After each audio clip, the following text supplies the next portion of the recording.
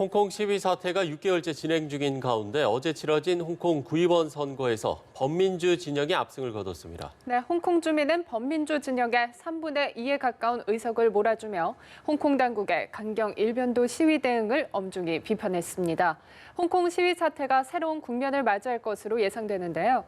보도국 연결해 보겠습니다. 김지수 기자. 네, 어제 치러진 구의원 선거에서 범민주 진영이 사상 첫 과반 의석을 획득하는 등 압승을 거뒀습니다. 선거 개표가 종반으로 접어든 25일 오전 7시, 한국 시간으로는 오전 8시 개표 결과 전체 452석 중 무려 278석을 차지해 3분의 2 가까이 석권했습니다. 개표가 완료되면 범민주 진영의 의석은 더욱 늘어날 것으로 보입니다. 지난 1997년 홍콩 주권이 중국에 반환된 후 치러진 선거에서 범민주 진영이 과반수 의석을 차지하기는 이번이 처음입니다. 친중파 진영은 오전 7시 현재 42석을 차지한 데 그쳐 참패를 면치 못했습니다.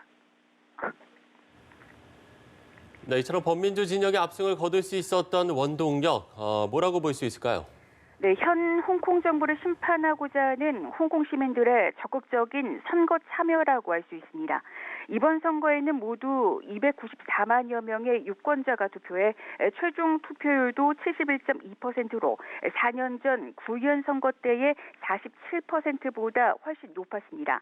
특히 18세에서 35세 사이의 젊은 층 유권자가 12.3%나 늘어 나이대별로 최대 증가폭을 보였습니다. 진보적 성향의 젊은 층 유권자가 많이 늘어난 건 범민주 진영에 결정적으로 유리하게 작용했다는 분석이 나옵니다.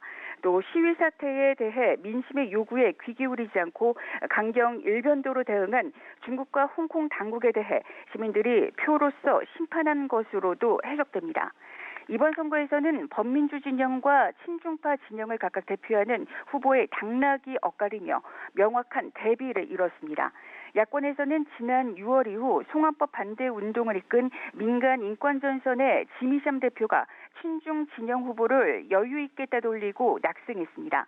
샴 대표는 지난달 17일 밤 정체불명의 괴한들로부터 공격을 받아 중상을 입는 등 선거 운동 기간 2차례나 테러를 당하기도 했습니다. 반면에 친중 진영을 대표하는 후보 중에는 시위대의 표적이 된 현역 입법회 의원이자 구의원인 주니어스 호가 낙선했습니다.